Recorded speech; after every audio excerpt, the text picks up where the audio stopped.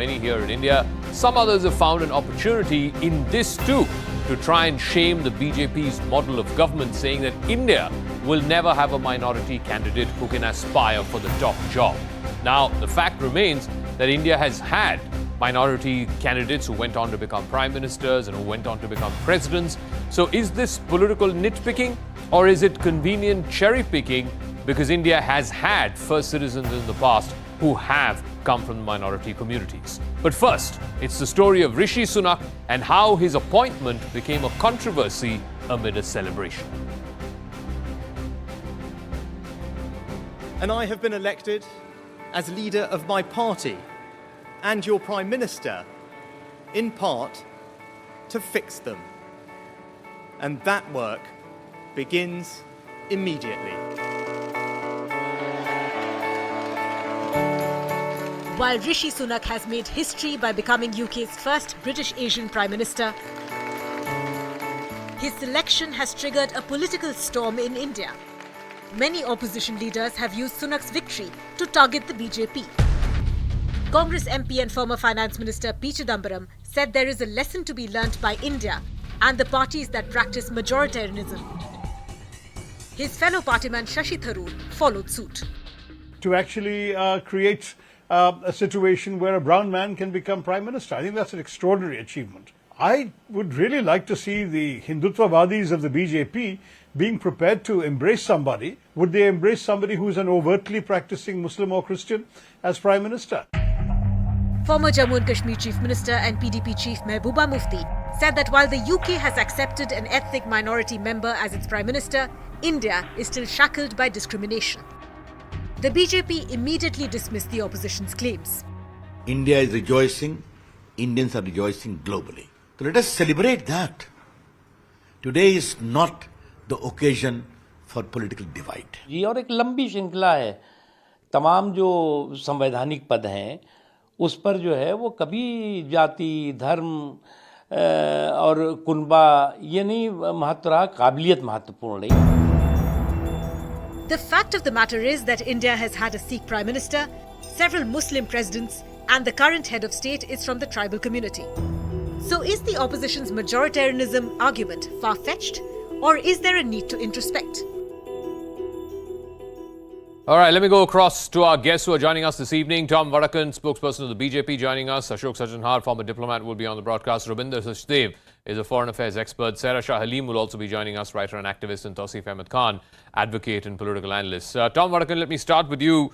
The Congress party senior leaders, the likes of Mr. Chidambaram, Mr. Tharoor, are all saying, I mean, look at the example of Kamala Harris, look at the example of Rishi Sunak now. This is what true democracies do. They embrace minorities and give opportunities to minority candidates, qualified minority candidates, to go and aspire for the top job and take the top job, something that can never happen in India. That's a message for majoritarian politics and majoritarian political parties like yours.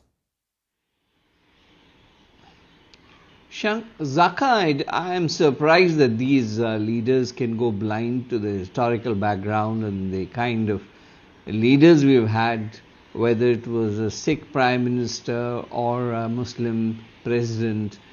We had Chief Justices, we have Army Chiefs, I'm from different minority communities. So it's not as if the whole debate, you see, this all stems out from one issue which has made them paranoid. That is, that Mrs. Gandhi was not accepted.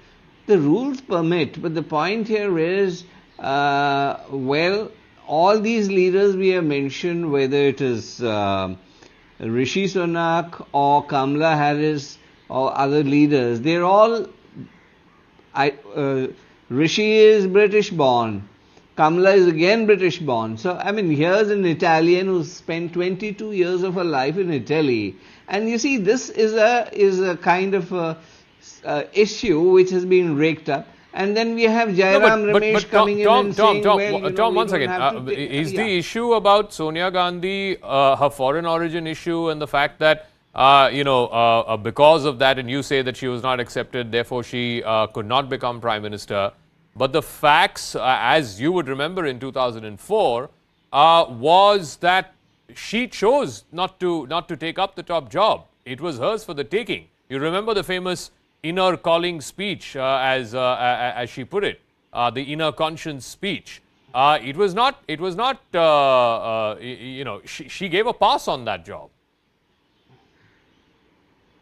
Zaka, the sanskar that we use the word in the Bharatiya Janata Party forces me to be silent on that issue. The so-called alleged sacrifice is known to all, but nobody wants to rake up those issues, and I don't want to come into public domain how Rashtrapati Bhavan was called, and then the swearing-in ceremony was to be held at the lawns, and then again a phone call went in to a senior IAS officer saying, no, forget it. Now, everything was, the plan, project was all online. But the problem is when the legal hurdles came in and there were objections to it, from Mulayam Singh to Subramanian Swamy and others, then the issue was about sacrifice. So let me not go that way. Okay. Zakha, this is not the day. So let me keep it to Sunak, because I know too much on that. The subject of today's debate is on Sunak. So let me ask Saira Shah Halim. You know, when opposition leaders like Mr. Chidambaram, Mr. Tharoor say that, minority candidates can never aspire to the top job in this country, Dr. Manmohan Singh was a Sikh Prime Minister. Our current president, the first citizen, is a tribal woman. I mean, that's as minority as it gets. APJ Abdul Kalam was a minority president. So was Zakir Hussain, Fakhruddin Ali Ahmed. We've had minority chief justices in this country. So what makes them say that a minority candidate can never aspire to the top job in this country? Okay, so good evening, Zaka. Firstly, the people who are tom-tomming about Rishi Sunak should celebrate diversity, should celebrate non-discriminatory practices, and also shun bigotry at the same time, because we are truly happy at his candidature and we understand how and what it takes to reach the top post, where you are facing, you have kind of seen racism, you face all kinds of an apartheid system, in little ways. Like UK is not a bigoted country, but yes, anybody who comes from a colored origin knows what it takes, because we were equally happy when the mayor was elected and he has origins from Pakistan as well. So now, thirdly, I think it's not about who a Muslim is or who a Dalit is or who a Christian is, or whether we had a Sikh prime minister or we had a Muslim president. The idea is that who is capable of handling the top job. Yeah. And I think we should believe in equity, we should believe in equal opportunities, and we should give the top job to the most deserving person, irrespective of the race or community that he or she comes from. What is stopping, if there is a deserving candidate, what is stopping him or her from aspiring to the top job in this country? There's no institutional roadblock. Absolutely. There's no institutional roadblock as well. And I would be happy to see the day if there is somebody from the minority community who gets elected as a prime minister. I think it will be quite a landmark step if India does elect one. And I think we have a long... Okay. It's, again, like I said, it's not a constitutional, there is no obstruction. Or, so let me ask Ambassador Sajanhar, who's joining us as well, and so is Robinder Sachdev. Ambassador Sajanhar, how much pressure is there on quote-unquote minority candidates, if you will, whether it's a Rishi Sunak or a Kamala Harris, even a Barack Obama, for that matter, to appear more majoritarian than an average politician in the US or the UK, because they are being judged for a very, very different standard. So will Rishi Sunak be judged to a very different standard from, let's say, a Liz Truss or a Boris Johnson because of his origins and because of his color? Yes, I should think so, Zaka, because I think they are set to much higher, they are judged to much higher standards, and they are under much greater glare of, so to say, investigation or observation. And so I think they have certain much higher standards to live up to than would be people of, who are white or not color or of the, from the majority of the community. So definitely he would be under that pressure. But that having been said, I think these people who get elected, you mentioned names of three of them: Barack Obama, Kamala Harris, Rishi Sunak. I think they're coming there basically because of of the merit of what they have been able to deliver, what they have been able to do. And I think if they are doing the job well, of course, if they were to make some mistakes, some faux pas, they will be judged much more harshly than otherwise, another person who does not come from such a background would be. But yes, they would have to be much more on their toes than otherwise. The normal white people would be. They would be able to the argument of merit, and I think that's where the opposition seems to be missing a trick, because let's face it, Rishi Sunak is as meritorious a candidate for the top job in the UK. And Ravinder Sharma, please weigh in on this, because he went to the best private schools in the country, he went to the best university, he went to Oxford, he worked in the private sector with one of the top-notch banks in the world. He came back, ran first as a member of parliament, and then eventually, of course, becoming Chancellor of the Exchequer. He would not have got these positions had he not been qualified enough, had he not been capable enough and meritorious enough. So, let's not simply dismiss his achievements by simply saying, oh, minority candidate, the system allows minority candidates to aspire for the top job. It's also because he's very good at what he does. No, absolutely, absolutely. I mean, he's the gold standard in a way, right? I mean, all the elite schools in the United Kingdom, and then Stanford in the US, then Goldman Sachs, which is the topmost investment bankers. And by the way, investment banking is a very tough area also. You got to be pretty smart to understand people and deal making, which is, I think, quite a lot helping him in the politics or in the political world, right? So yeah, absolutely. I mean, he is as good it gets for the Conservative Party. He's a typical, stereotype in that sense. One. Secondly, a quick thing as to, people of Indian origin, brown on the outside, white inside. So sometimes they could be referred to as potatoes also in a lighter vein, but that aside. A quick point to what you were asking as to, being held to a higher standard within their country. Yes, sure, that could be it. But there is another higher standard to which they will be held, people of Indian origin, when they interact with India. The problem then becomes that they have to not only come across and be seen as being tough negotiators with India. Therein, actually, it works as a slight downside also for India, because people of, anyone of Indian origin, you are once again open to politics in your own home countries, right? You have your opponents who jump on anything. And so therefore, I would say the Rishi Sunaks, the Kamala Harrises of the world, when they interact with India, they would have to be, and they are, extra cautious. Okay.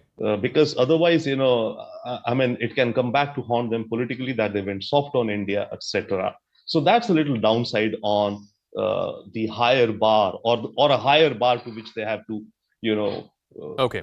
Let me ask Tausif Khan again. I'm coming back to, the stats don't quite bear out, what Mr. Chidambaram is saying or what Shashi Tharoor is saying, because India has had one prime minister out of 15 who was a minority candidate. Presidents, 4 out of 15 were minorities. Vice presidents, 3 out of 14 have been from minority communities. Chief Justices of India, 5 out of 49 have been from minority communities. So it's not like deserving, capable minority candidates have not become or have not held high constitutional offices in this country. You see, Zaka, in the right sense, the top job in the office, the top office in our country is that of Prime Minister. The President, under the schemes of the Constitution, is bound to act on the advice of the Council of Ministers headed by the Prime Minister. The Prime Minister decision is binding on the President. There is not, we have been 75 years of independence. There is not a single Muslim, also to say other, if we have to enlarge it to a minority category, there's never been a minority prime minister, with an exception being Manmohan Singh, that was brought by the Congress party. Now you see, this BJP party itself today enjoys the majority, that they have an unprecedented majority in parliament, but they don't have a single member of parliament in either house. And today they are celebrating a minority, member, a minority becoming a prime minister in UK. We all celebrate that. But this exposes the hypocrisy of BJP. BJP is not true to the politics that we should do in India. They do a politics of religion. They say Muslims should go to Pakistan. They do not give make candidates to Muslims. Rather, they say they, in fact, in a way, they challenge other parties to make Muslim a candidate, and they challenge that they will lose the election. They have created this environment. I mean, we cannot blame Britishers. Before I ask Tom to respond to that, and it's a fair point, Tausif, can I ask you one thing? The fact that Britain, in its 200, 300-year history of parliamentary democracy, the fact that they've not had a non-white prime minister until now, until Rishi Sunak, would you call that majoritarian politics? Because for 200 years, they didn't have one. No. In Britain, we do not see a campaign of Muslims should go back to India or Pakistan, or that's a different people living over there. There you see decisions are made on the basis of merit, not on the basis of which caste or creed they belong to. Here we see party gives ticket to people on the basis of the caste, on the basis of the religion. Tom, respond to what Tausif is saying, that it's great. We're all celebrating Rishi Sunak's ascension to Prime Minister of Britain, being a minority candidate. But the fact is that, what do you say when people like Tausif say that you don't have a single member of parliament out of, you have what, 300 in the Lok Sabha and another almost 100 in the Rajya Sabha out of 400 plus. You don't have a single minority member of parliament.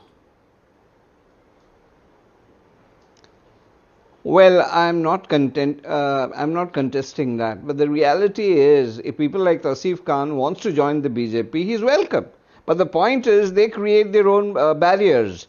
They create this kind of a situation. Well, this is a Hindu party. We are a national party. You're welcome. You're welcome to contest. You develop your own constituency and do contest. Tickets will be given to you. But point is, winnability is a factor for the government, for the party. So wherever there is a winnable candidate, the reality is any political party will select anybody who has a clean chit. But this mental barrier, this mindset, this radicalization that is getting into the Muslim issues, I think are responsible for this. I'm a Christian and I'm today with the BJP. I belong to the minority. We had a prime minister, of course. Mr. Sanjay Baru has written about him and called him the accidental prime minister. The title is not accident, it is accidental prime minister, but the reality is also accidental. So don't think you did a great favor by asking Manmohan Singh, because Mrs. Gandhi was shown the door. It was decided that, well, there's no other option but to put Manmohan Singh. So let's get candid on the reality. Tom, the question that's being asked, by people like Tausif is there a level playing field in this country for minority candidates? Can they aspire? Let's face it, the BJP is today the ruling party at the center. It rules in, 17, 18 states across this country. Yes. Is there a level playing field in the ruling party of the country for minority candidates to also aspire to top jobs? Absolutely, it's an open situation. You come and join the party, you create your own constituency, and why not? I mean, the Prime Minister himself has reiterated many a time, sabka saath, taking everybody along. And the point is, if that is not acceptable, you have blinkers. You have blinkers on this issue. You join our party and see what... Tausif, yeah, what's the point you were making? See, Shahnawaz Hussain, Mukhtar Abbas Naqvi, they are all the BJP ex-ministers. They don't give the chance to their own people. And now they're making a mockery of asking, oh, Tausif is invited to come and join BJP. No, but Tausif, in a democracy, and to give credit to Rishi Sunak, he didn't win the first time. He lost to Liz Truss. Now he has majority amongst the Conservative members of Parliament. That's how a democracy works. If you have leadership skills and if you have the ability to convince a large number of legislators, members of Parliament, why you should lead, then that's how democracy works. Rishi Sunak was able to convince his party, and therefore he is Prime Minister of that country. No doubt he received support from his other party members. A lot of other members, including MPs from Pakistani origin, also supported him. I am saying that what stopped BJP from bringing Mukhtar Abbas Naqvi and Nawaz Hussain, they are their own ex-ministers. Does BJP think that now they have lost the capability to fight on BJP ticket and garner vote? Then it exposes very quickly, that Tom, and then I want to give the final word to Saira and to Ashok Sajjanhar. Very quickly. Well, let me tell this gentleman, they were made ministers, they held high offices. There are times when reshuffles happen. Situation in Bihar was what is not our creation, as far as one minister is concerned. And as to the question of Naqvi ji, we hold him in highest respect. He's one of the most senior leaders. You wait and watch. He will also be rewarded. But don't use that as a situation where, Naqvi ji is out. People come in politics and people move out. Saira Shah Halim, the fact that India today has a... One second. So, Saira, the fact that India today has a tribal woman as president, the fact that till 3 months ago we had a Dalit president in this country, does that not count? I mean, at the end of the day, when you're talking about minority upliftment, it's about people who are at the bottommost rung of society, socially, economically, and they aspire to the top job in this country. So I will not lie, because definitely representation matters, and I believe it will really bring about a major social impact. When certain communities, or even if Rishi Sunak is not an Indian, his parents never held an Indian passport or whatever. However, the origins, the origins matters. But let me also iterate once again that the people who are rejoicing about Rishi Sunak's candidature will be surprised, because he will prove to be more British than the British.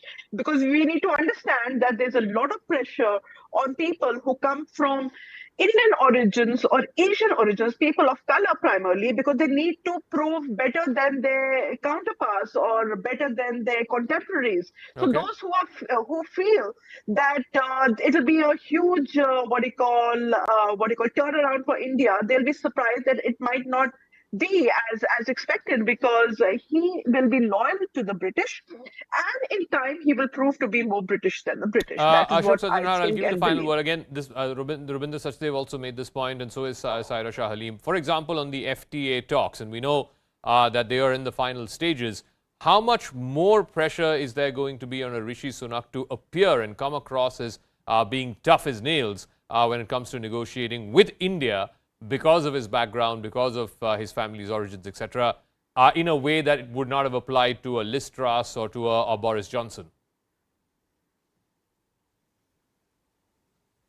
Is that to me, that's to you. That's to you, Mr. Sajjanhar, yeah.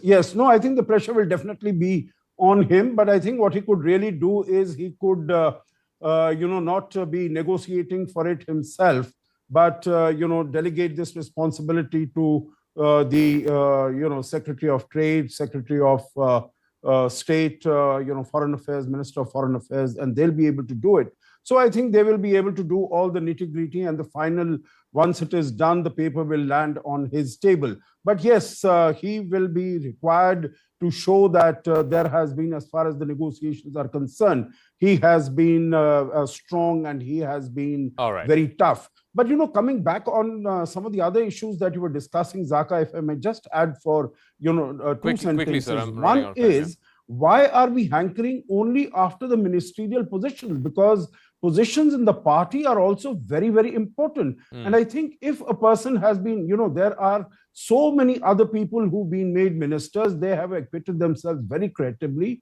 You look at Mr. Ravi Shankar Prasad, you look at Mahesh Sharma, they are in position, then they are moved from there and used for party responsibilities. And so I think also Mr. Shahnawaz Hussain, Mukhtar Abbas Naqvi Sahab, they're all excellent in whatever they have done, and they continue to contribute to the party. I'm going to leave it at that. I want to thank all our guests. We'll see how this plays out for Rishi Sunak because remember, his biggest challenge and his most immediate, most pressing challenge is to fix the British economy. Addressing the country in his first ever brief comments that he made right outside 10 Downing as the 57th Prime Minister of Britain, Rishi Sunak said that his job, according to him, was to fix mistakes of the past, and particularly on the economic front. Mistakes were made. Not born of ill will or bad intentions. Quite the opposite, in fact. But mistakes nonetheless. And I have been elected as leader of my party and your Prime Minister, in part, to fix them. And that work begins immediately. This will mean difficult decisions to come. Trust is earned, and I will earn yours. Let me go across to Sanjay Suri, my colleague, who's standing by for us from right outside Westminster. So when Rishi Sunak says mistakes were made, even though he was very effusive in his praise for Liz Truss both yesterday and today, what is he referring to specifically as to these mistakes, and more importantly, how does he plan to fix them?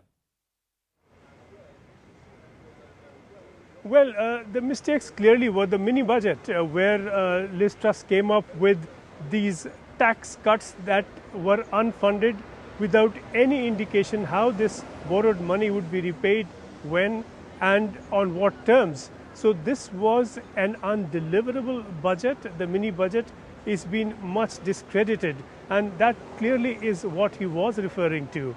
But when he does say that mistakes were made, he follows that up with saying that they were not from any ill will. That's a rather odd defense for Liz Truss. Certainly, she would not need the defense that she acted out of ill will. There has been no suggestion that ill will could have been an issue here. This was a mistake she made without doubt. It was a misjudgment about the economy, again, absolutely without doubt. But really, the question now that Rishi Sunak is addressing for the future is that he will fix it. Now, I personally feel a bit uneasy about that phrase. He seems a bit fixated on that phrase, fix it. He said it in Northern Ireland about the Northern Ireland Protocol, I'll fix it. About the National Health Service, I'll fix it. About the economy, he says, I'll fix it. His expression, there's been no indication so far what he will do to fix it. We are not expecting the nitty-gritty at a statement outside 10 Downing Street, but certainly a little more than what he has said before, and we didn't quite get that today. Well, I tell you what, that is going to be his biggest job, his biggest challenge between now and the next general election. Can he improve the British economy? Can he improve the lives of ordinary British citizens who are reeling under this massive cost of living crisis? We'll leave it at that, Sanjay Suri, for the moment. Thanks very much. That's a wrap. In a moment, the biggest exclusive tonight with Akanksha.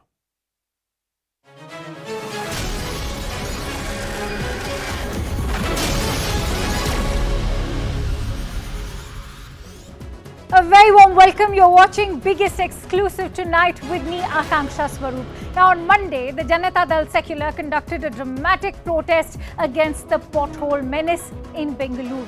The party skillfully milked the occasion of Diwali near Bengaluru's majestic railway station, which, by the way, is not so majestic anymore. Blame the potholes. Led by the JDS MLC, T.A.